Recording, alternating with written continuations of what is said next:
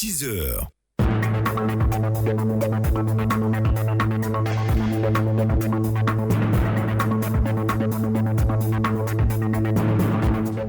Bonjour à toutes et à tous, excellent jeudi, merci de suivre nos programmes à Oulaïg, les Pleux, Sipilou et Mans sur les 96.9 MHz.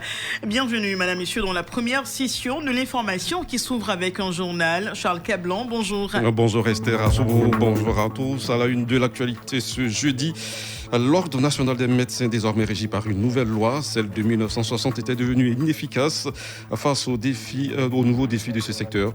Le projet de loi présenté par le ministre de la Santé vient d'être adopté par le Sénat. 115 nouveaux cas de Covid-19 enregistrés hier pour 6 décès. Vous aurez dans cette édition le point complet de la situation sur cette pandémie. Le taux d'accident a baissé de 30% depuis quelques jours, conséquence de la campagne de sensibilisation et de répression initiée par le ministère des Transports. Révélation faite par le directeur de la mobilité urbaine. Vous l'entendrez dans ce journal. Et puis, la mort du chef du groupe État islamique au Grand Sahara, Adnan Abou Walid, a été tué le mois dernier par les forces françaises. Annonce faite hier par le président français lui-même. C'était l'ennemi public dans la zone des 3 frontières entre le Mali, le Burkina Faso et le Niger. Voilà donc pour les titres. Radio Côte d'Ivoire, le journal. Bonjour et merci de votre fidélité. Et on commence tout de suite avec l'agenda du Premier ministre. Les membres de la plateforme des régulateurs de l'audiovisuel des États membres de l'UEMOA et de la Guinée reçus hier par le Premier ministre Patrick Hachi. Ces professionnels de la communication sont à Abidjan dans le cadre d'un colloque international sur les stratégies de régulation des services de médias audiovisuels en ligne organisé par la HACA, la Haute Autorité de la Communication Audiovisuelle. Ils sont donc venus faire le point de ce séminaire au chef du gouvernement afin d'entamer une procédure d'élaboration d'une réglementation communautaire qui va permettre aux États de s'adapter à ce système. Babacar Ndiaye, président de la plateforme des régulateurs de l'audiovisuel des États membres de l'UEMOA. Nous avons planché sur un thème extrêmement important, c'est la régulation des médias en ligne. Il faut le dire, dans beaucoup de nos pays, il y a encore un vide. C'est pourquoi il était extrêmement important qu'on puisse se retrouver ici à Abidjan, qui est aujourd'hui la capitale de la régulation des médias en ligne, pour discuter de ce sujet-là.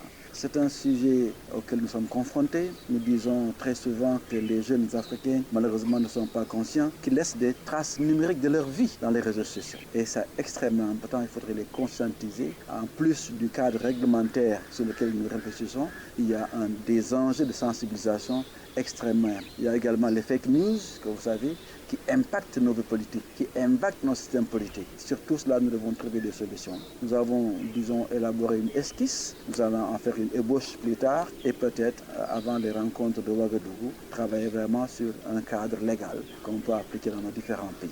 On parle maintenant de santé avec cette bientôt une nouvelle loi donc pour réorganiser de manière efficiente l'Ordre national des médecins de Côte d'Ivoire. Et avant sa promulgation par le président de la République, ce projet de loi a été examiné avant d'être adopté à l'unanimité par les sénateurs, membres de la Commission des affaires sociales et culturelles.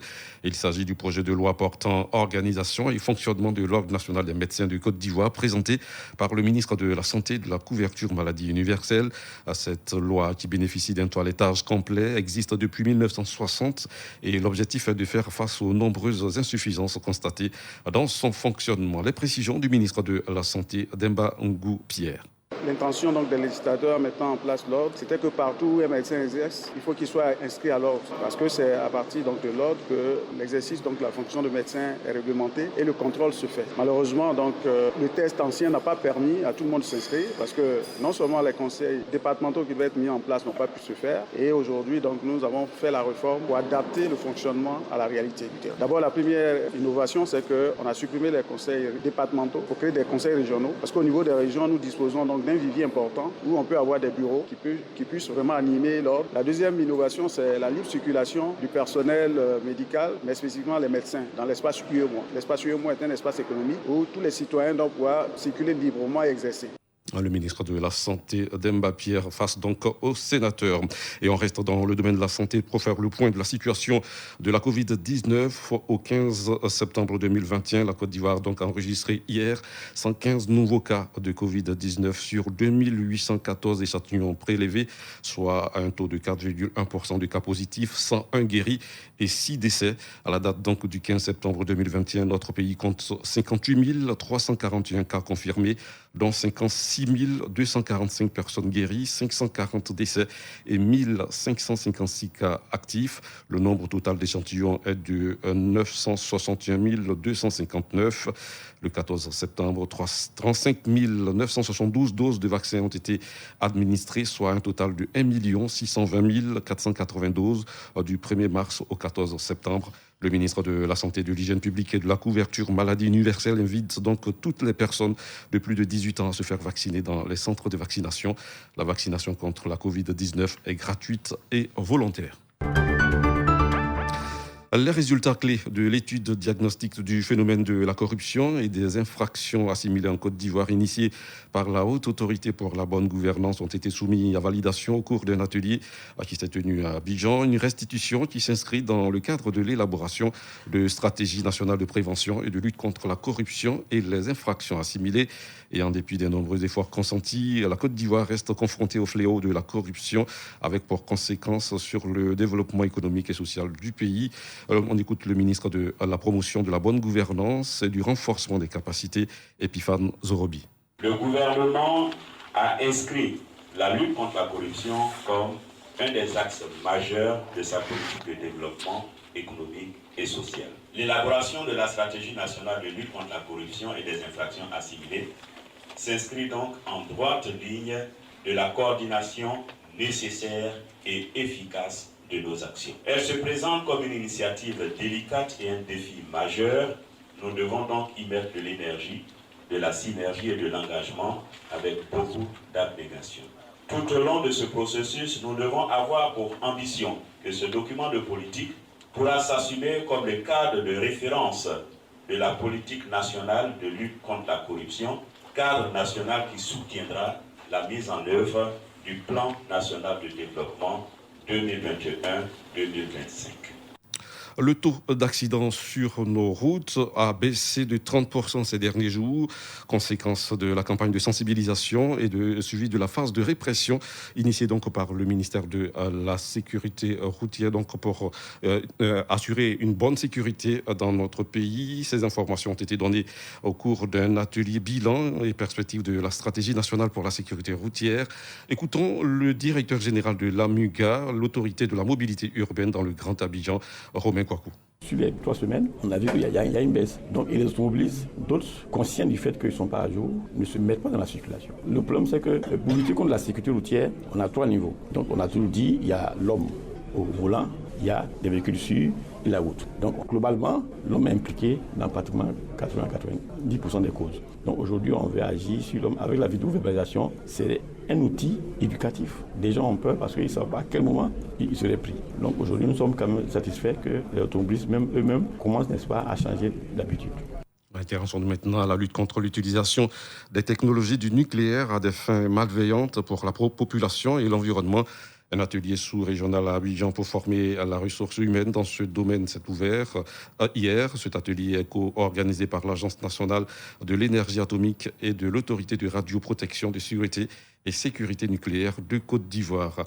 Le professeur Georges Alain Monin, directeur général de l'Autorité de radioprotection, de sûreté et de sécurité nucléaire, nous dévoile une liste des secteurs d'activité dans lesquels on utilise les sources nucléaires et d'autres sources radioactives.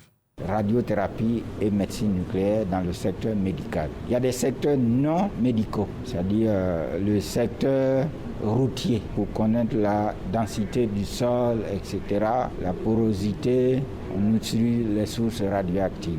Dans le secteur minier, extraction de l'or par exemple, on utilise les sources radioactives. Dans le secteur pétrolier, pour l'exploration ou l'extraction ou le niveau pétrole dans les cuves, on utilise les sources radioactives. Des vins, des bières, etc., on utilise les sources radioactives. Pour la sécurité nucléaire, il y a la prévention, il y a la détection, il y a l'intervention. Le centre de santé communautaire de Yopougon-Ouassakara vient d'ouvrir un important bloc opératoire de 16 lits. Une dérogation spéciale du gouvernement pour permettre à cette structure de premier contact de prendre en charge gratuitement les cas de césarienne et autres soins. Le CHU de Yopougon et l'hôpital général Atié étant fermés pour réhabilitation. Les populations de l'aire sanitaire indiquées ont été sensibilisées sur ces nouvelles prestations. Ouattara Clément, président du conseil d'administration du centre de santé communautaire de Yopougon-Ouassakara. L'hôpital général qui est en réhabilitation, avec le CHU de Yopougon, c'est la FSUCON-Ouassakara qui se trouve être la structure qui va prendre en charge des césariennes gratuitement. Alors il fallait faire passer un message. Premier message, qu'est-ce qui est gratuit dans la prise en charge? Parce que trop de récriminations, pour ne pas que nous retrouvons les mêmes tas qu'on trouve ailleurs. L'air dit d'abord c'est ouvert, quelle est la capacité d'accueil pour qu'il y ait une fluidité dans la prise en charge. Ensuite, faire en sorte, quand ils ne sont pas satisfaits, à qui s'adresser. Avec eux ensemble, rendre hommage au président de la République pour lui dire merci. Merci pour la première fois, un établissement de premier contact de la pyramide sanitaire n'a pas de bloc opératoire. Mais vu que nous travaillons plus qu'un hôpital général, ça a été fait. Il faut saluer l'autorité pour cela. Ouassakara, c'est la rigueur. Et c'est pour cela que nous demandons à tout un chacun de dénoncer ceux qui mettent en mal les décisions gouvernementales, qui sont la gratuité ciblée. La césarienne, elle est gratuite. L'accouchement gratuit. Celui qui veut faire recette en dehors de son salaire, il nous trouvera sur son chemin et c'est ce que nous avons tout fait.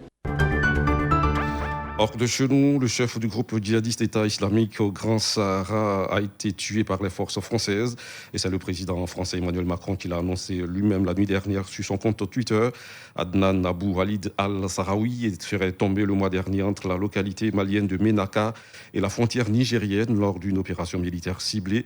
Une source sécuritaire française précise qu'après l'avoir repéré, les forces françaises sur le terrain ont mené une opération militaire fin août. Mais il a fallu du temps pour procéder aux vérifications nécessaires et confirmer son identité selon une autre source bien informée. Originaire du Sahara occidental, il était l'ex-dirigeant du Moudjahou, le mouvement pour l'unicité et le djihad en Afrique de l'Ouest, et le chef historique de l'État islamique au Grand Sahara depuis sa création en 2015. Il a été tué ainsi que plusieurs autres de ses compagnons qui tentaient de quitter le nord du Mali pour le Niger voisin. Adnan Abou Walid al-Sahraoui était l'ennemi public dans la zone dite des trois frontières, Mali, Burkina Faso et le Niger, où son groupe sème toujours la terreur. Il est accusé d'être derrière l'attaque meurtrière qui avait visé des soldats américains des forces spéciales à Tongo au Niger en 2017. Et puis en Guinée, les concertations nationales initiées par la junte au pouvoir continuent pour cette deuxième journée. Le CNRD, dirigé par le colonel Mamadi Doumbouya, avait convié la société civile, puis les représentants diplomatiques et enfin les Guinéens de l'étranger. Ce jeudi, ce sera au tour des représentants du secteur minier. Le colonel Mamadi Doumbouya a promis de faire participer la diaspora à la transition.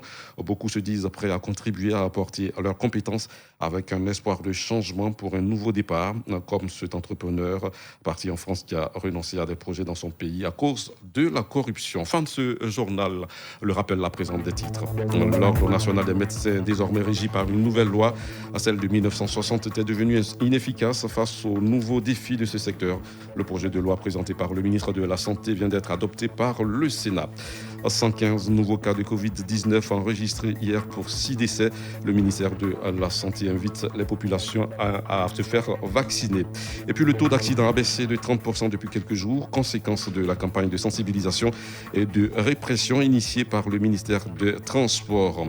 La mort du chef du groupe État islamique au Grand Sahara, Adnan Abou Walid, tué le mois dernier par les forces françaises, annonce faite par le président français lui-même sur son compte Twitter. Merci à vous, Charles Cablan. C'était donc le premier journal de la journée, le journal de 6h à 7h. Un nouveau journal vous sera proposé. Et puis, on vous le disait, le centre de santé communautaire de Yopougon-Ouassakara va pouvoir prendre en charge gratuitement les cas de césarienne. Dans la commune, un important bloc opératoire composé de 16 lits vient d'ouvrir dans cet hôpital. Le CHU de Yopougon et l'hôpital général Atié étant fermés pour travaux, il revient donc à ce centre de santé de poursuivre la politique de gratuité ciblée du gouvernement. Mais quel rôle jouent les centres de santé communautaires en Côte d'Ivoire? Quel sera l'impact du bloc opératoire ouvert à Ouassakara? Pour en parler, Jérôme Kouakou reçoit Ouattara Clément, président de la Fédération des établissements sanitaires communautaires de Côte d'Ivoire, à suivre à 6h20. Mais tout de suite, le journal des sports, la deuxième édition. Radio Côte d'Ivoire, des grands moments à chaque instant. Radio Côte d'Ivoire, les sports d'ici et d'ailleurs.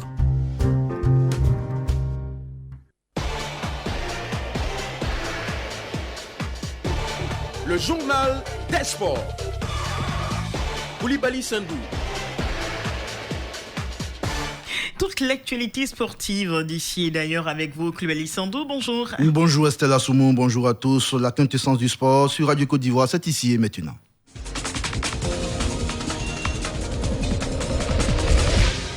Champions League européenne de football, grosse performance hier de l'éléphant Sébastien Haller à l'Ajax Amsterdam. Oui, c'est l'actualité. L'attaquant ivoirien a signé un quadruplé lors de la victoire de l'Ajax en déplacement sur la pelouse du Sporting Portugal.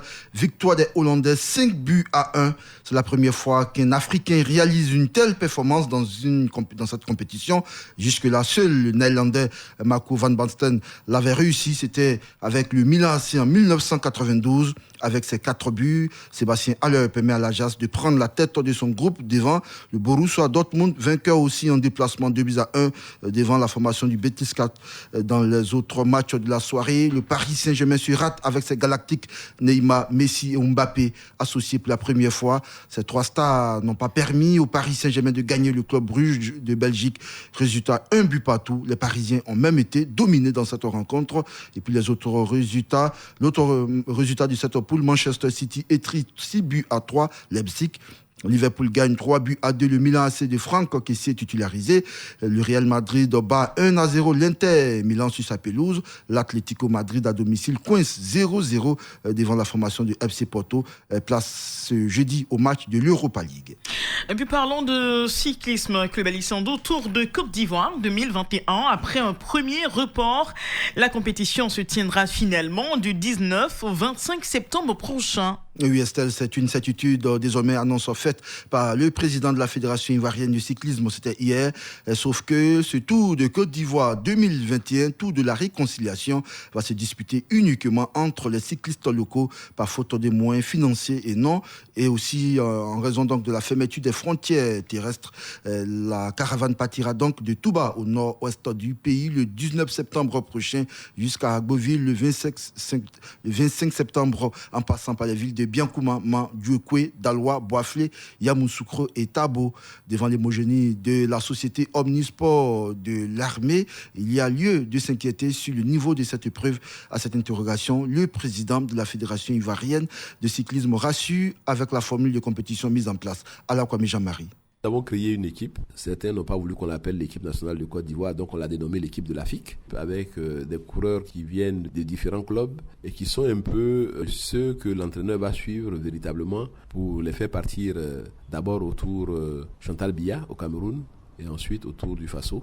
Et donc c'est ceux-là qui vont être opposés aux autres coureurs qui ont des licences ici en Côte d'Ivoire, vont donc être opposés à ces autres coureurs-là qui vont courir dans leur club. Donc il y aura l'équipe de la FIC et 6 équipes de clubs qui vont compétir durant cette grande semaine. En créant une équipe qui est composée d'éléments venant des différents clubs et avec des clubs qui sont restés avec ceux qui n'ont pas été sélectionnés, il reviendra aux 36 coureurs qui vont courir contre 6 de s'organiser pour essayer d'enlever le gain de la rencontre. Donc vraiment, rien n'est gagné au départ. Alors, comme Jean-Marie, sur la formule mise en place pour contrer l'hégémonie de la société Omnisport de l'armée. Et puis, sport mécanique, toujours Morono Rallye 2021. Le top départ est prévu demain. Oui, demain vendredi, pour cette épreuve inaugurale de la compétition qui ouvre la seconde partie du championnat national, l'organisateur annonce près de 16 équipages inscrits pour courir sur le circuit long de 312 km à travers toute la région du Morono. Venu spécialement de la France pour cette course, Mohamed Kanaté, qui court sur Mitsubishi Evolution 6, se dit très heureux et espère faire un bon résultat. Il est au micro de Fernand Kouakou. C'est avec beaucoup de plaisir que nous avons accueilli l'annonce de cet événement-là et nous avons trouvé utile de venir essayer de faire un résultat Nous avons commencé les essais du véhicule et ils savaient que le moteur est en train de nous lâcher. On essaie de trouver les techniciens compétents qui vont nous aider à trouver une solution d'ici vendredi. Il n'y a pas de crainte. C'est avec vraiment beaucoup de joie, beaucoup d'engagement que l'on souhaite participer à ce rallye. Sinon, piste et tout ça, je pense que M. Kwasi Edouard a dû faire les choses dans les règles de l'art. Mais nous nous inscrivons en tant qu'outsider en espérant maîtriser le véhicule, de ne pas faire de sortie de route, en tout cas de rester en lice. Et puis à la moindre erreur d'un concurrent, essayer de passer devant et pourquoi pas faire un podium. Et voilà l'instant, Mohamed Kanaté, le pilote, le Moronou Rally, débute donc demain vendredi pour s'achever dimanche 19 septembre. Et puis basketball, l'Afro-Basket Dame 2021, les 12 équipes qualifiées sont situées sur la formule de la compétition. Et oui, Estelle, elles seront réparties en 4 groupes de 3 équipes. Les équipes classées premières de chaque groupe se qualifieront directement pour les quarts de finale. Les équipes classées 2e et 3e jouent le tour de qualification pour ces quarts de finale. Les vainqueurs des quarts de finale se qualifieront pour les demi-finales, tandis que les perdants disputeront les matchs de classement pour la 5e à la 8e place. Notons que les Éléphantes partagent le groupe D en compagnie du Mali et de la Tunisie. La compétition débute ce samedi pour prendre fin le dimanche 26 septembre prochain. Puis basketball toujours pour terminer. À partir de ce jour jusqu'à dimanche prochain, la ville d'Abidjan accueille la FIBA Young Camp. Ce camp d'élite est un cadre institutionnel mis en place par FIBA en collaboration avec la NBA et les associations locales pour développer la formation des jeunes joueurs et joueuses ainsi que celle des entraîneurs, mais aussi pour détecter les futurs athlètes de haut niveau de la discipline. Pour l'édition 2021, FIBA a désigné 3 pays pour accueillir cet événement dans la Côte d'Ivoire à travers la Fédération ivoirienne de basketball. Sont attendus donc environ 70 athlètes venant de la Côte d'Ivoire et de la sous-région dont l'âge des athlètes varie entre 14 et 17 ans. Voilà qui marque la fin de ce second journal des sports. Merci de nous avoir suivis. Excellente suite de programme à l'écoute de Radio Côte d'Ivoire. Merci beaucoup, Club Alessandro. En prochain rendez-vous du sport à 7h30. Avec Fernand Kouakou pour la matinale des sports. Moi, je serai là à 9h30 pour Petit Sport. Merci beaucoup. Madame, Monsieur, notre invité du jour est Monsieur Ouattara Clément, président de la Fédération des établissements sanitaires communautaires de Côte d'Ivoire. Il est au micro de Jérôme Kouakou.